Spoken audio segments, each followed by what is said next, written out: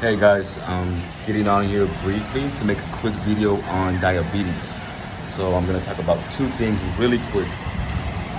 One is going to be the physical side effects of diabetes, and the other one is going to be the medical aspects of diabetes. So one issue with diabetes is that your circulation is going to be much slower, all right, much slower. That's going to cause a whole different set of things, and I'll get into that later. But to get down to it, your circulation is going to be a lot slower. So what that means is that blood is not going to get to where it has to go on time. That's one major thing that leads to everything else. That's the biggest thing that leads to everything else. Besides that, besides circulation problems, and those circulation problems are what leads to heart attacks, strokes, and a whole bunch of other things.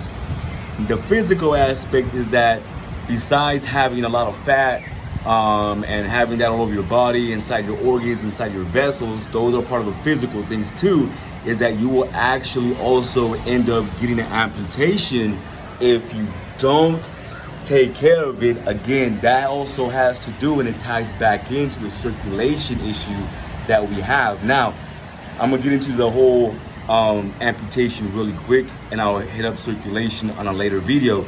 But if you get a cut, let's say grandma gets a cut in her hand, right, because she's working around the house, or grandpa, whoever, working around the house cleaning. Well, because your circulation is so slow, and if you're diabetic, you have a lot of sugar in your system, right? Bacteria love sugar.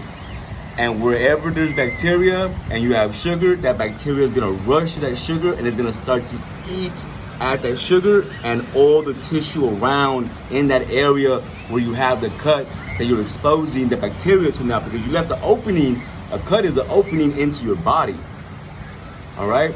Bacteria is gonna come in most likely from the outside in.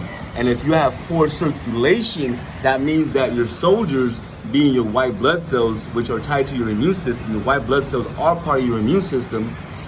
Your soldiers, your army, your navy, whatever you want to call it, isn't getting fast enough to the site of injury where grandma or grandpa cut their hand, right? So that's going to cause the bacteria to be more aggressive, because now we don't have anybody to restrain them, and they're gonna go crazy, and the tissue is gonna start to die. And if grandpa or grandpa does not get help fast enough, then that hand or fingers are going to be amputated. And that is why you see a lot of diabetics with amputated limbs. That's it for now.